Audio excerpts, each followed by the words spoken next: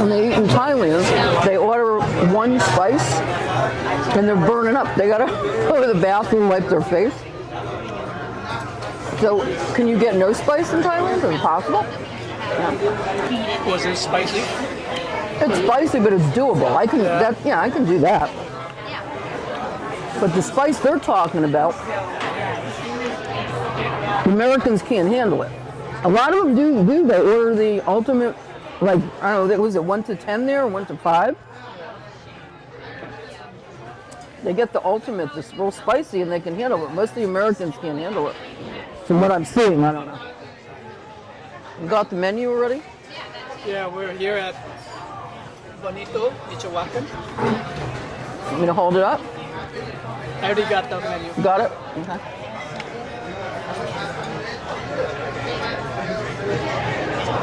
Am I supposed to be talking? Yeah, tell them about the tiny home thing. So we went to the tiny home. It was not an expo.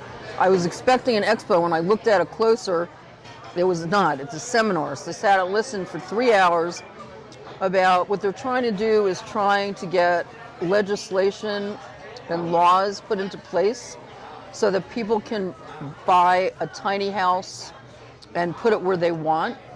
But the rules and regulations are so strict because I guess the big developers don't want to be intruded upon is really what it was. Because my sister I went with her to South Carolina and Georgia to look at tiny homes. And there were so many rules and regulations. They said, if you bring in a structure and it's on movable wheels, then you can't bring it here. It has to be a structure with no wheels. And if you do have wheels, they can't be movable. Okay, that was one thing. Then you have to get a certificate to bring it anywhere. It has to be certified in so many different ways. I don't remember exactly what it was, but there was so much paperwork and so many rules and regulations that she finally said, I'm not doing this. And now I see why. So these people are getting together. There's mortgage lenders, real estate agents, land developers, anybody in that sort of an industry. They all got together and they're trying to work it out where the legislation will let them put their houses basically where they want, or get communities where the zoning is approved. That's basically what it was about. I already knew everything they were going to say, but it was a little bit of an eye-opener. I mean, something different. The people that are ready to transform housing as we know it, are you in this room? Awesome. Okay, good, great. Well, who is the tiny young lady? Hi there. I'm so grateful to be here. And I named myself this term, and when you give yourself that identity, you gotta fill those shoes. And that's what I've been doing for the last 7 years. So the chips are, I don't know, they taste store-bought. They don't taste homemade. Do they? Tastes like regular chips, nothing great. The brown sauce is very bland. What? The brown, very bland. Which is the good one, the spicy one.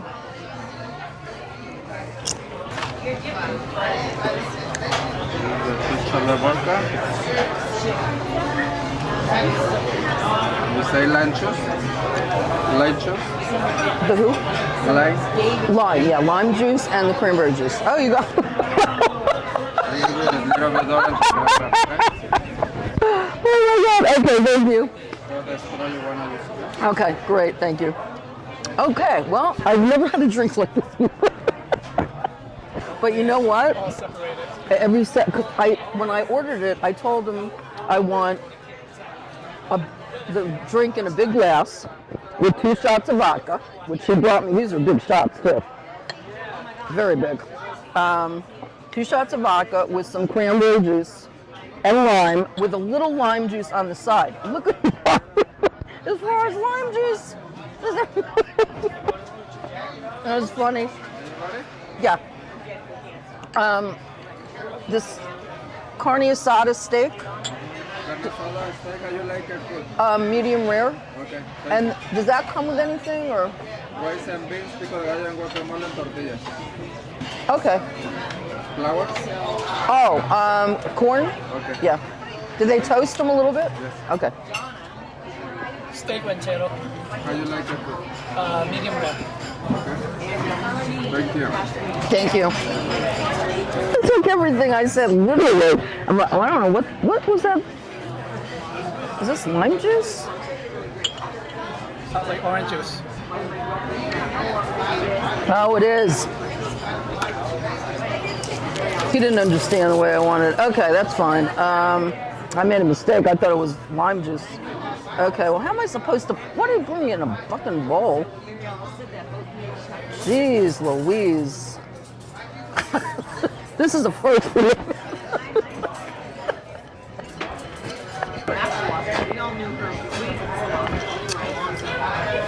Oh, it's fine. It's good. I'm happy. I'd rather you do that than bring me a little tiny, martini glass with meager alcohol, that's fine. I didn't know he was gonna bring me orange juice. I'll drink it. So anyway, we went to that show, and yeah, it looks like the housing market is gonna start changing. I mean, we went to the Boxable, and that was 60 grand. No, was it 50 or 60? I think it was. I believe it was a little. No, I think it was 50,000. The Boxable, right? Yeah. And then the lady today, I guess she's famous now, and she started the housing movement. She did her little speech, and she said, somebody asked her the basic price of a tiny house, and she said, you got to start at $50,000. You can't get anything for less. I mean, you can. A lot of people are doing it themselves, do-it-yourself jobs, and a lot of them coming out great. But if you get it done professionally, then... What kind of soup is that? It's a fidel soup. What is it? This with your plate. Do you know what's in it? The plate that you order. Okay. He didn't understand. Try it. But what if it's pork? I don't eat pork. I'm a hypocrite. I eat cow, but I don't eat pork or lamb. That's not fair to cows. I'm a bigot. You know what? I'm gonna eat. I'm gonna stop. I'm either not gonna eat meat at all, or I'm gonna eat every meat. It's like a chicken noodle soup, something like that. Thank you. Gracias. It's like a chicken noodle soup. It's not bad. Anyway, back to animal control. So I had a confrontation with the officer that responded, and she said, are you complaining about the noise, a nuisance call, or is it a welfare call? And I said, I told you from the very beginning, it is a welfare call. She goes, well, you're telling me they're barking over 10 minutes, and it's on the website, and it's against the ordinance. If they do that, it sounds like you're complaining about the noise. She was trying to give me a hard time because I kept calling about the dogs. And I said to her, you and I are not getting along here. We have problems, you and I. We can't communicate. I said, you're getting confrontational with me. I said, I'm not yelling at you. I have not been nasty to you. I'm just talking to you. I said, and you are confrontational with me. I said, you accused me of cursing in front of a child, because I did open up the door that morning, and I said some foul things, but I didn't know there was a kid there, and it wasn't directed towards her. She was using that against me. She says, you were heard cursing at a child. Like I purposely, I said, hey, that's not gonna fly. I said, I need to speak to your supervisor. She's the supervisor. The manager is above her. Semantics, but anyway. So I did finally talk to the manager, and she was as nice as can be. She said, I will tell you what happened. What happened was they went over, they had too many dogs. So they followed up with them. They still had the same amount of dogs. They took a couple of the dogs. I did see that. And I said, all I asked the other officer is where the dogs are. What is going to be, their life? What's going to happen? They're going to be euthanized, because I know the way the pound does that. And she goes, fortunately, they were both pulled out of the pound, and they're both being fostered. Whether it's true or not, it probably is, because I could check it out. But anyway, so that problem has been solved. I heard barking about a week ago for 10 minutes straight without a stop. It has not happened since then, so I didn't call. If I have any problems, I have her direct number, and she said, call me anytime with any other problems. You can direct it to me. So I have her direct number. I did call the city council above them and never got a return call. However, I did get a call from the councilman assistant returning my call. I told him the problem has been taken care of. It's okay now. So that's what's going on with animal control. Anytime I hear excessive barking or yelping, there is a problem, and they supposedly took care of it. That's all I can do. I can't live in their house, but supposedly everything's okay. And they were fostered, so they weren't put down or euthanized. So I have carne asada, which is a steak cooked in lemon juice and spices. And then I have refried beans and rice. And I think this is guac. Let me see. Yeah, it's guac. I'm gonna probably, and you know me, I'll end up taking it home.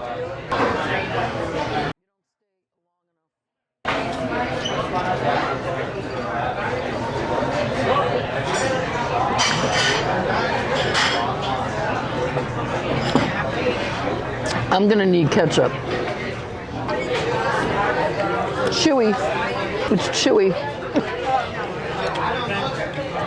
I mean, it's not bad, but it's chewy. The Spanish rice is about, I would say, a 7.5. Reason being, it's kind of sticking together. It's not, it's 7.5. The flavor, the consistency, it's a 7.5. Refried beans, an 8. Refried beans are good, and I don't even like refried beans, but refried beans are an 8. The food in Vegas is hit and miss. Everybody says, oh, the food in Vegas, you have to go to Vegas and eat. No, that's not true. Vegas has a lot of problems with the food. Even the high-end places, I could rip apart. I come from a family, I think I've said this a million times, I'll say it again. I come from a family of gourmets. Not so much my father. My father was a good cook. He owned restaurants, but he was a meat and potato guy. Like, don't give him a lobster where he has to use his hand. He didn't eat like eating with his hands. He was a pot roast guy. He used to make codfish cakes. Remember, he made those great. Give him a good steak, a potato, and a vegetable, and he's good. He doesn't like the fancy foods. My mother, on the other hand, she was a total gourmet. Now, my uncle was a gourmet, so I grew up at the age of 2 years old. I was eating some of the best restaurants in the U.S., New York and Miami, because I was brought up in Miami, but we went back and forth to New York. And I ate in some of the best restaurants. I went out with guys that had money that used to take me to the best restaurants. And I know good food, believe me. I could be the best food critic. Okay, we didn't look at the tortillas. I asked them if they were toasted. I don't really care about these. In fact, we'll just show them. I'm not going to probably eat them. Yeah, that's corn. Because they seem like they're warmed, but, you know, I like, you know what I like? Go to the extra length and toast the motherfuckers. You know what I mean? Toast them. Don't just warm them. Because I am dieting, though, even though it doesn't look like it. I'm not going to eat, I'm going to take the stuff, but I'm not going to eat that tonight. Like, when I get home, I'll probably eat some of the meat, and I'll save this and eat it, but I'll eat it in proportions. Like cameraman's doing intermittent fasting, and I'm doing it, I stop eating at 7 p.m., and then I resume eating at 9 a.m. the next day. So I'm doing 12 hours. Then I increase it to 14.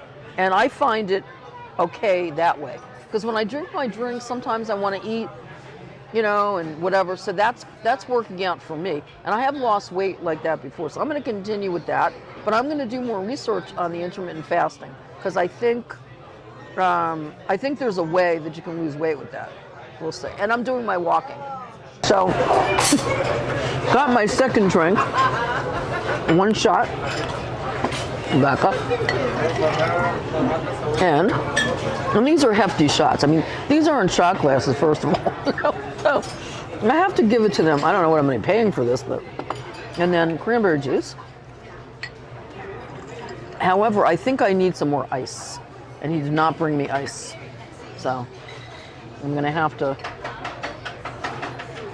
Oh, somebody's getting made something at the table.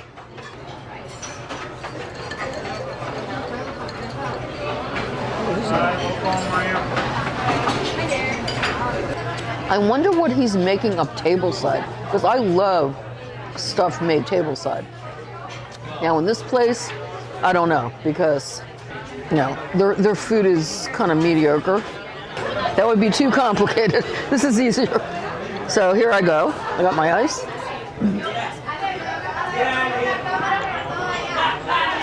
I can't complain about the drinks. I mean, somebody's drunk over there, man. I know that.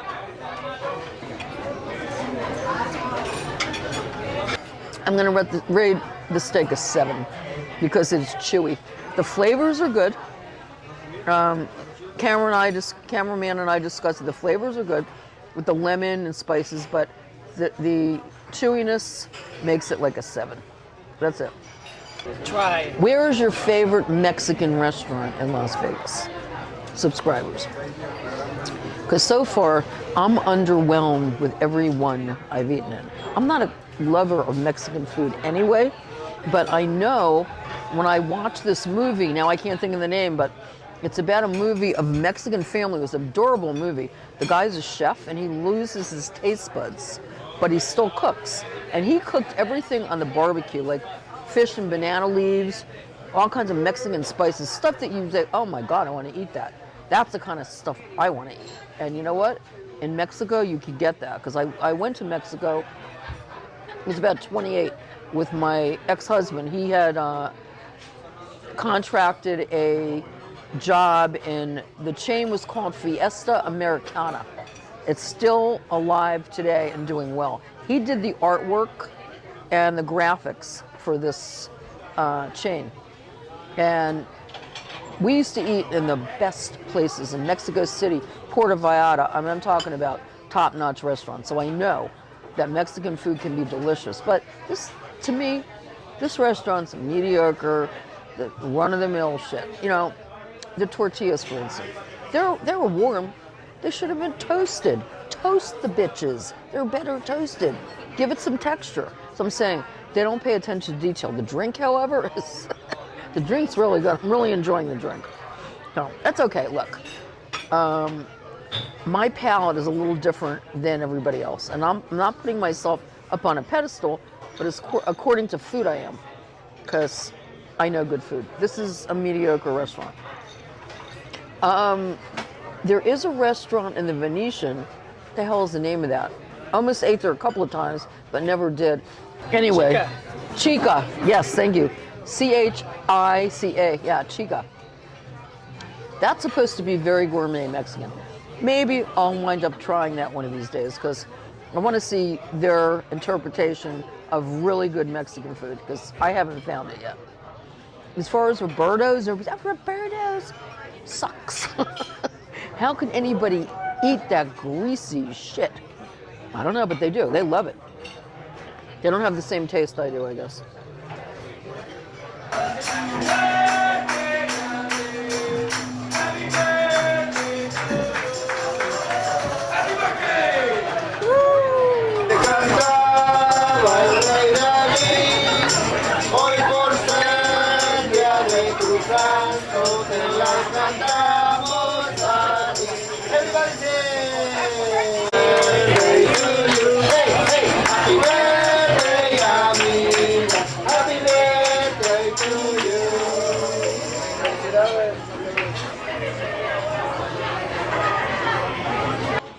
So I'm taking off a couple of points from him because of I have to box up my own shit. I'll still give him a very good tip because he was a very good waiter. And it's not exactly his fault. And what I mean by that is, it's not his fault because he was instructed, okay, to do it that way. If I am ever fortunate enough to have a restaurant, which that's one of my goals, I know that's crazy, but it's one of my goals, I will never let the customer box their own shit.